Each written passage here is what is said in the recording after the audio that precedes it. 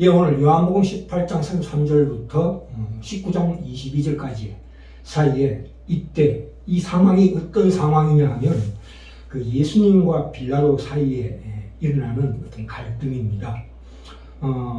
빌라도는 양심의 가책을 받아서 풀어주자고 부르고, 그리고 그 사이에 헤롯 당이나 바리새파, 사두개파, 제사장들은 십자가에 못 박아라 하는 그런 기이한 형국이 있습니다. 이 빌라도가 터키의 성소피아 사원에서 발견되고 지금 소장되고 있는 그 당시에 로마 황제였던 가이사에게 이 예루살렘 총독인 그 빌라도가 그 예수의 체포와 신문 및 처형에 관하여 보고서를 50권 가량을 가이사에게 보낸 것에 있습니다. 그게 지금 1974년도에 미국에서 발표가 됐었는데요. 거기 보시면 이 나사렛 예수를 이 빌라도가 보기에 참으로 뛰어난 사람이라. 왜냐하면 그 사람은 모든 종류의 병자를 치료하고 죽은 자를 살리고 결실하지 못하는 과일나무를 저었을 때 그 과일나무가 말라 죽고, 고기를 잡았을 때 그 고기 입에서 은전이 나오는 그런 기이한 능력을 베풀고, 폭풍을 잠재우고 바다 위를 걷는 그런 탁월한 능력을 보임에도 불구하고 그들은 그 능력을 타인을 해치는 일에는 쓰지 않더라. 이 사람은 플라톤 소크라테스보다 더 훌륭한, 제가 직접 그 사람을 접견했을 때 그 얼굴에서 나오는 그 위엄이 말로도 알 수 없는, 앞으로 로마가 그 숭배하는 신보다 훨씬 뛰어난 신이 될 것이라는 그런 예언의 말을 그 빌라도에게 원고를 쓴 게 나왔습니다. 특히 그 안에도 환상 중에 그 보고 그 사람을 그분을 절대 건드리지 말라고 경고했습니다. 그 사이에서 빌라도 자신도 굉장히 양심의 가책을 겪었지만 결국은 그 재판을 그 십자가에 매달게 하는 자기의 입지를 위해서 그렇게 밖에 판결할 수밖에 없는 상황에 처했습니다. 그래서 이 사람이 나중에 유배당해서 그 일로 인해서 예수를 십자가에 못 박은 그 재판 장면의 그 양심의 가책으로 인하여 스스로 자살했다고 나옵니다.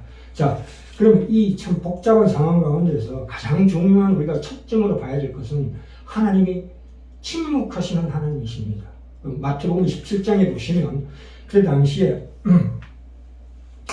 45절부터 보면 제6시로부터 예수님 십자가에 못 박힌 그때로부터 온 땅에 어둠이 임하여 그 황혼역같이 어두워지고, 그리고 성소휘장이 위로부터 아래로 불로 찢어지고, 그 다음에 무덤들이 열며 자던 성도들의 몸이 많이 일어나게 하는 그것을 예수님 무덤 주변에서 그것을 목도하는 많은 사람들의 증언이 있습니다. 그래서 이때 근데 하나님께서 예수 그리스도를 십자가에 못 박으신 그 장면에서 그렇게 침묵하시고 있다는 사실에 대해서 우리가 놀라야 합니다. 왜냐하면 하나님 그 로마서 5장 6절에서 8절에 보시면 기약대로 하나님의 뜻대로 그리스도께서 경건치 않은 자를 위해 죽으셨도다. 그리스도께서 우리를 위하여 죽으심으로 하나님께서 우리에게 대한 자기의 사랑을 확정하셨느니라 이렇게 나옵니다. 아멘. 그러므로 이 하나님께서 십자가 사건에 나타난 하나님의 모습이 복음에는 하나님의 의가 나타났다는 그 말씀처럼 예수의 십자가에 침묵하시는 하나님, 모든 몰지각한 행동과 치욕적이고 모욕적인 행동에 대해서 그 행동들을 무사히 감수하시는 하나님, 그걸 또한 포용하시는 하나님, 용서하시는 하나님, 그래서 드디어 우리를 고쳐내서 하나님 되심을 증명하시는 하나님이다 이 말입니다. 아멘. 지금 심판대 앞에 쓴 예수님 거기에 누가 포함됩니까? 그들을 못 박은 유대인들과 우리까지 포함된다 이 말입니다. 그래서 이 장면에서 우리가 그냥 감격하고 눈물만 흘리고 돌아갈 것이 아니라 정말로 우리를 고쳐내시기 위해서 우리 심령 속에 하나님을 사랑하고 원수를 사랑하라는 그 하나님의 말씀대로 내 마음이 심령이 변화되게 만드는 하나님의 큰 능력의 복음을 우리가 맞이하게 됩니다. 자, 여기에서 이 예수님이 하신 일을 이 빌라도가 세세히 다 알고 있었습니다. 그런데 빌라도마저도 왜 이 사람이 왜 이렇게 험한 꼴을 당하도록까지 가만히 있느냐 이 말입니다. 그 유대인들 말하자면 서기관들과 대제사장들과 바리새파들과 사두개파들이 그들은 이 그 보고서에 보면은 자기네들의 지위와 부를 보존하는데 목적이 있어서 그들이 부모까지 버리는 한이 있어도 자기네들 이득을 위해서 사는 사람 사기꾼이다 이렇게 보고하고 있습니다. 그러니까 그 당시 유대인 지도층에 있던 헤롯 당들 포함해서 이 사람들은 전부 다 악당들이다 이렇게 빌라도가 보고하고 있습니다. 그러나 어쩔 수 없이 통치, 자기 자신의 그 통치의 그것을 유지하기 위해서 재판 결과를 만들 수밖에 없었던 빌라도의 고민이 보입니다. 자, 그런데 여기에서 우리가 주시해야 될 것은, 근데 이 빌라도가 그렇게 양심의 가책을 받았으면서도 어떻게 그렇게 심판하게 되었느냐, 이게 대해서 좀 따져보고자 합니다. 우리가 마태복음 13장에 그런즉 씨 뿌리는 비유가 나옵니다. 그런즉 씨 뿌리는 비유를 들어라. 아무나 천국 말씀을 듣고 깨닫지 못할 땐 악한 자가 와서 그 마음에 뿌리는 것을 빼앗나니 이렇게 나옵니다. 마찬가지로 물론 빌라도도 양심의 가책을 받았지만 그것이 결국은 길가밭이요 돌밭이요 가시떨기 밭에 뿌리는 씨앗밖에 안 된다 이 뜻입니다. 그러면 예수께서 하나님의 말씀을 전할 때에 내가 이 세상에 온 것은 이 세상이 아니라 저 영원한 천국을 전가하러 왔노라고 말씀하셨을 때 그 마음밭에 뿌리는 씨앗이잖아요. 그게 좋은 땅에 뿌렸다는 것은 그 말씀을 듣고 깨닫는 자니 결실하여 혹 30배, 60배, 100배로 열매 맺으리라 이렇게 얘기하신 것처럼 이 천국은 뭐와 같냐 하면 이 씨 뿌리는 비유에서 밭을 얘기하지 않고 씨와 같다입니다. 천국은 씨와 같다. 그래서 우리가 좋은 밭이 되어야 한다가 아니라 생명의 말씀이 좋은 밭에 떨어지지 않는 한 아무 소용이 없다는 말씀입니다. 이 말씀이. 그래서 우리는 우리 마음밭에 하나님께서 씨를 뿌렸을 뿐만 아니라 우리 밭도 옥토로 만들어주신 분이다. 뭘로 인해서? 예수 그리스도께서 그 숱한 수치와 모욕과 그 숱한 고통 속에 돌아가신 그 피의 대가로 우리가 우리 마음의 밭을 옥토로 만들어주신 분이라는 사실을 이 말씀에서 깊이 우리가 명심해야 합니다. 우리가 십자가로 하나님께서 우리의 마음의 밭을 바꿔놓으신 사건입니다. 그래서 그 밭이 바꿔진다는 참으로 복되다 이렇게 나오는데, 그래서 이것이 십자가의 사건에 하나님께서 침묵하신 이유가 여기에 있습니다. 예수의 십자가의 피로 우리를 변화시켜 주셨습니다. 하나님께서는 우리에게 반드시 십자가를 통과해야 된다 이 말입니다. 예수님께서 반드시 십자가를 통과해야 된다. 그것은 하나님의 뜻이다. 예수를 십자가에 못 박은 자는 빌라도도 아니고 대제사장들도 아니고 헤롯 당도 아니고 사도개파들도 아니고 유대인들이 아니다. 다다 이 말입니다. 아멘. 그래서 이 무시무시하고 두려운 하나님을 깊이 확인해야 합니다. 고린도전서 1장 1절부터 2절에 바울이 얘기했죠. 형제들아, 내가 너에게 나가서 하나님의 정보를 전할 때에 결코 아름다운 지식의 말로 하지 않노라. 그리하여 내 전도함이 너희 가운데 거할 때에 약하며 두려워하며 심히 떨었노라 이렇게 나옵니다. 이것은 뭘 두려워했다는 겁니까? 내가 설명으로 너희들이 납득이 될까? 기껏 양심의 가책 정도로 머물까? 빌라도처럼 두려워해서 떨었답니다. 신자가 언제나 기억해야 되는 가장 중요한 우리 복음의 근거입니다. 다시 한번 말씀드립니다. 십자가 사건을 얘기할 때마다 우리가 자꾸 너무 눈물로만 그것을 이렇게 우리 스스로를 감동만으로 우리를 데리고 가면 안 됩니다. 이 성경이 말하는 이 예수 그 십자가에 못 박았을 때 침묵하시는 하나님이라는 뜻은 과연 하나님께서 우리 죄를 어떻게 처리하셨느냐 이것을 보여주는 겁니다. 우리를 자신의 자녀로 삼기 위해서 행하신 일들이 얼마나 지독한 일이었는가를 우리가 기억해야 합니다. 이 하나님의 그 고집을 기억하셔야 합니다. 아멘. 이 대목에 이르러서 우리가 정말 소름 끼치는 전율을 느끼지 않는 사람은 아직도 기독교의 깊은 진리를 모르는 것입니다. 그것을 누가 계획했습니까? 예수님이 하나님께서 그 일을 계획하셨습니다. 누가 그 일을 기어코 해내고야 말았습니까? 이러다가 아무리 양심의 가책을 느껴도 그것을 밀어붙인 분이 누구십니까? 하나님이십니다. 예수 그리스도 33년의 생애를 모멸과 수치와 고통 속에 끝맺음을 하도록 요구하신 분이 하나님이시라는 것을 늘 기억하셔야 합니다. 십자가 속에는 축복과 경고가 동시에 있게 되는 것입니다. 아멘. 그래서 우리가 이런 말씀 속에서 진실로 그 하나님의 사랑이라는 것이 얼마나 거룩하고 의롭다, 참으로 두려워할, 경외할 하나님의 가장 무서운 모습이다 이 말입니다. 아멘. 그 험한 일을 요구하신 하나님이 도대체 어떤 분이신가에 대해 우리가 놀라야 합니다. 정말 우리 마음속에서 정말 하나님이 피도 눈물도 없는가, 이런 의문이 들어야 합니다. 그렇지 않고서는 십자가에 나타난 그 하나님의 지극히 높으신 그 사랑과 하나님의 그 두려움, 무서움을 죽는 날까지 제대로 깨우치지 못하게 될 것입니다. 그래서 빌보스 2장 12절에 나오지요. 너희가 나 있을 때뿐만 아니라 지금 나 없을 때도 항상 복종하여 두렵고 떨림으로 너희 구원을 이루어가라. 아멘. 왜 그렇습니까? 우리가 너희 안에서 행하시는 이 예수 십자가에 못 박으실 때 침묵하신 그 하나님이시기 때문이다. 그는 예수 그리스도를 십자가에 달아 내신 분이다.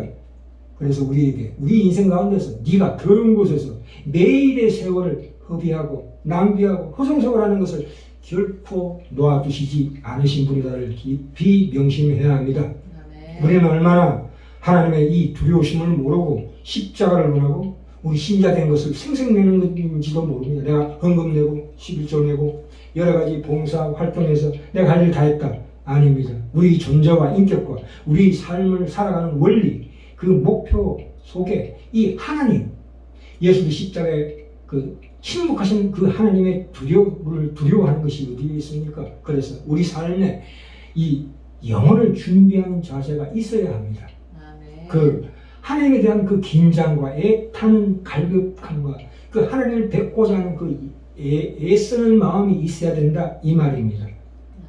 그런데 고린도후서 6장 14절 18절에 나옵니다. 서두에 너희는 믿지 않는 자와盟의를 같이 하지 말라. 그래서 7장 1절에 이렇게 연결됩니다. 그런즉 사랑하는 자들아 이 약속을 가진 우리가 하나님을 두려워하는 가운데서 거룩함을 온전히 이루어 우리 영과 육의 온갖 더러운 것에서 자신을 깨끗게 하자. 아멘. 하나님을 두려워할 줄 알아야 합니다. 그가 아멘. 우리를 죄에서 꺼내기 위하여 아들을 십자가에 못 박았을 때 그 침묵하신 것을 그렇게 쉽게 생각하셔서는 안 됩니다. 아멘. 히브리서 12장으로 가볼까요? 네, 이거 12장에 자, 이 말씀의 전체적인 뜻이 뭐냐면 너희들이 이 말씀을 읽고 있는 너희들이 지금 도달할 곳이 어디냐, 우리 약속된 장소가 어디냐 할 때 구약에서 모세와 그를 추종하던 이스라엘 백성이 본 것과는 비교할 수 없는 곳, 예전에 하나님께서 율법을 허락하실 때 이스라엘 백성 앞에 나타나셨던 그 신의 산의 영광도 놀라웠지만 이제 우리가 더 당도한 것, 그것이 어디입니까? 시온산입니다. 우리가 얻어낸 그 신분, 기어코 갖고야 말 수밖에 없는 그 결과를 만들어내시는 하나님으로 인하여 우리가 가야 될 곳이 어디입니까? 그 하나님이 살아계신 하나님의 도성인 예루살렘, 새하늘과 새 땅, 천만 천사가 도열한 장자들의 총회라 이 말입니다. 그 시온산이다. 땅에서 경고한 자를 거역한 모세의 말을 거역한 저희가 피하지 못하였거든 하물며 하늘로 쫓아 경고하신 자 예수 그리스도를 배반하는 우리일까 보냐, 이렇게 경고하시는 대목입니다. 그래서 하나님께서 이 땅을 진동하는 노아의 홍수 정도가 아니라 천 대우주 전체를 변하게 하는 최후의 심판을 하시겠다고 합니다. 예수 십자가에 못 박이시고 그때 침묵하시는 하나님께서 결국 심판 때에 지구 하나를 흔드는 정도가 아니라 이 천체를 모두 흔드는 말세가 온다고 이렇게 경고하고 있습니다. 제가 읽겠습니다. 너희는 돌아보아 하나님의 은혜에 이르지 못하는 자가 있는가 두려워하라. 하나님의 은혜에 이르지 못하는 자가 누굽니까? 우리가 살아있다는 것이 무엇 때문에 유익합니까? 우리는 누구에게 진정 필요한 존재입니까? 하나님께서 나를 살려두신 이유가 무엇입니까? 이 은혜에 이르지 못하는 자가 되지 않기를 간절히 원합니다. 이 거지에 이어서 쓴뿌리가 나옵니다. 또 쓴뿌리가 나서 괴롭게 하고 많은 사람이 이로 말미암아 더러움을 입을까 두려워하고, 두 번째 두려워하고가 나옵니다. 이 쓴뿌리라는 게 뭐냐면 신명기 29장 18절에 나옵니다. 독초와 쑥의 뿌리가 너희 중에 생겨서라고 나옵니다. 이 구약시대 때도 이스라엘 가운데 잠재해서 비밀스럽게 그들 유인해서 우상으로 이끄는 그런 악한 사람이 있었답니다. 내가 있음으로 인해서 많은 사람들에게 하나님의 복음을 전파하는 빛된 자로 서야지 이렇게 쓰면 안 됩니다. 악한 자로 하나님께 쓰임 받으면 안 된다 이 말입니다. 빌라도나 유대인들처럼 악한 일에 그 그릇으로 쓰지 않게 되는 자가 되길 원합니다. 그 다음에 네. 음행하는 자가 나옵니다. 이 하나님의 이 기막힌 축복을 기복신앙, 세상적인 복으로 변화시키는 자를 음행하는 자라고 부릅니다. 4절에 망령된 자, 이 망령된 자라는 것은 무엇입니까? 하나님의 말씀을 경홀히 여기는 자입니다. 그게 나오지요. 에서의 경우처럼 참으로 아버지 망령자입니다. 그 사람이 장자권을 팥죽 한 것에 팔아먹었습니다. 그래서 디모데전서 1장 9절에 4장 7절에 디모데후서 2장 10절에 이렇게 16절에 이렇게 나옵니다. 율법은 경건치 않는 자, 즉 경건에 이르기를 연습하지 않은 자입니다. 경건에 이르기를 연습하지 않는 자, 훈련받지 못한 자랍니다. 우리가 이 세상 살아갈 때 이 경건을 훈련해야 합니다. 그래서 모세가 나옵니다. 너희의 이런 것은 만질 만한 불붙는 산과 흑음과 흑암과 폭풍과 나팔 소리가 말하는 소리가 아니라 그 소리를 듣는 자들은 더 말씀하지 아니하시기를 구하였으니 왜요? 너무 무서우니까. 그래서 그 보이는 바가 이렇게 무섭기로 모세도 이르되 내가 심히 두렵고 떨린다 하였으나 그러나 너희가 이룬 것은 시온산과 살아계신 하나님의 도성인 하늘의 예루살렘과 천만 천사와 하늘에 기록한 장자들의 총회. 장자들의 총회라는 게 무엇입니까? 이 장자라는 것은 이 구약에 보시면 구속을 받아 처음 익은 열매로 하나님과 어린 양에게 속한 자를 바로게 이르되 이 사람들은 이스라엘은 내 장자라 이렇게 얘기합니다. 이스라엘이 장자라 이 말입니다. 출애굽기에 많이 나옵니다. 구약 시대에는 이스라엘이 하나님의 마다리라고 부릅니다. 그래서 시편 91편 9절부터 13절에 저가 너를 위하여 그 사자들을 명하사 내 모든 길에 너를 지키게 하시니라. 이것은 천만 천사들을 얘기하는 겁니다. 우리를 보호하시기 위해서 우리에게 주신 수많은 천사들을 얘기합니다. 그 천사들 앞에서 이렇게 너희는 삼가 말하신 자를 거역하지 말라 이렇게 나옵니다. 예, 그래서 이 땅에서 경고하신 모세를 통하여 외부적인 방법으로 다시 말해서 율법을 통하여 경고하신 하나님이 하늘로 쫓아 경고하신 하나님의 아들 예수 그리스도로 말미암아 그러니까 이 율법이라는 것은 그림자의 형태로 그것이 구속을 완성하지는 못합니다. 그러나 예수 그리스도로 말미암는 이 경고는 우리를 하늘로 인도합니다. 그 큰 은혜를 지금 우리가 살아있으면서 도외시하는 자는 그 음한 벌을 받는다 이 말입니다. 그래서 그때는 그 성소가 땅을 진동하였거니와 이제는 약속하여 가라사대 내가 또 한 번 땅만 아니라 하늘도 진동하리라 하셨느냐. 노아의 홍수뿐만이 아니라 그것은 지구를 흔들 뿐이지만 이제 하나님께서 앞으로 주시는 그 하나님의 의미하신 그 두려운 하나님의 진노는 천체를 흔들 것입니다. 이 율법이 명하는 바는 외부적으로 우리에게 명하는 하나님의 계시였지만 이 하나님의 예수도 말미암아 약속하신 것은 영적으로 임하는 것이 우리 심령 가운데 임하는 것입니다. 그러니까 그 실질적으로 내용이 더 엄중한 내용입니다. 우리 마음속을 변화시키고자 하는 그 하나님의 엄중한 구원의 방법이시라 이 말입니다. 우리가 베드로후서 가볼까요? 베드로후서 3장 신약의 제사로 계시로서 천국을 완성시키기 위하여 모든 것을 단 한 번에 변화시킬 때가 온다고 합니다. 3장 14절 나옵니다. 베드로후서 3장 14절 베드로후서 3장 10 베드로 제가 전설을 피웠네요. 베드로후서 3장 6절 이로 말미암아 그때 세상은 물로의 넘침으로 멸망하였을 때 이제 하늘과 땅은 그 동일한 말씀으로 불사르기 위하여 간수하신 바 되어 경건치 아니하는 사람들의 심판과 멸망의 날까지 보존하여 두신 것이라. 사랑하는 자들아, 우리에게 하시는 말씀은 주께는 하루가 천년 같고 천년이 하루 같은 이 한 가지를 잊지 말라. 주의 약속은 어떤 이의 더디다고 생각하는 것 같이 더딘 것이 아니라 오직 우리를 위하여 오래 참으사 아무도 멸망치 않고 다 회개하게 이르기를 원하시느니라. 그러나 주의 날이 도적같이 오리니 그날에는 하늘이 큰 소리로 떠나가고 재질이 뜨거운 불에 풀어지고 땅과 그 중에 있는 모든 일이 드러나리로다. 13절에 우리는 그 약속대로 의의 거하는 바 새하늘과 새 땅을 바라보도다. 그러므로 사랑하는 자들아, 너희가 이것을 바라보나니 주 앞에서 점도 없고 흠도 없이 평안 가운데 나타나기를 힘쓰라. 18절에 오직 우리 주 곧 구주 예수 그리스도의 은혜와 저를 아는 지식에서 자라가라. 영광이 이제와 영원한 날까지 저에게 있을지어다. 이렇게 말씀하고 계십니다. 이 하나님의 예수 그리스도의 마지막으로 예수 그리스도의 십자가 못 박았을 때 그 하나님이 품으셨던 그 의미하신 그 침묵이 예수 그리스도의 한 몸에 하나님의 그 심판의 진노가 다 떨어졌다, 다 끝났다. 그래서 그 무시무시한 일을 하나님께서 보고 계셨다, 이 말씀입니다. 그래서 하나님께서 더 깊은 차원의 그 복음 가운데 그 사랑을 우리에게 주시기 위해서 우리를 애타게 부릅니다. 우리 죄인들을 애타게 지금 부르고 계십니다. 아멘. 아버지가 이런 자식을 기다리는 듯이 이 간장을 녹이는 듯한 이 하나님의 그 사랑을 버리는 것은 더욱더 두렵고 위태위태하다. 그래서 우리는 삶을 살아갈 때 하루도 허비하는 일 없이 하나님의 마음을 헤아리며 그 가운데서 십자가에서 침묵하시는 하나님의 그 의미가 무엇인가를 더 깊이 말씀으로 조명해 보시고 우리 삶을 참으로 허비하는 일 없이 낭비하는 일 없이 하나님 은혜 가운데서 승리하는 우리 지휘하는 게 성도님들 다 되시길 간절히 축원합니다.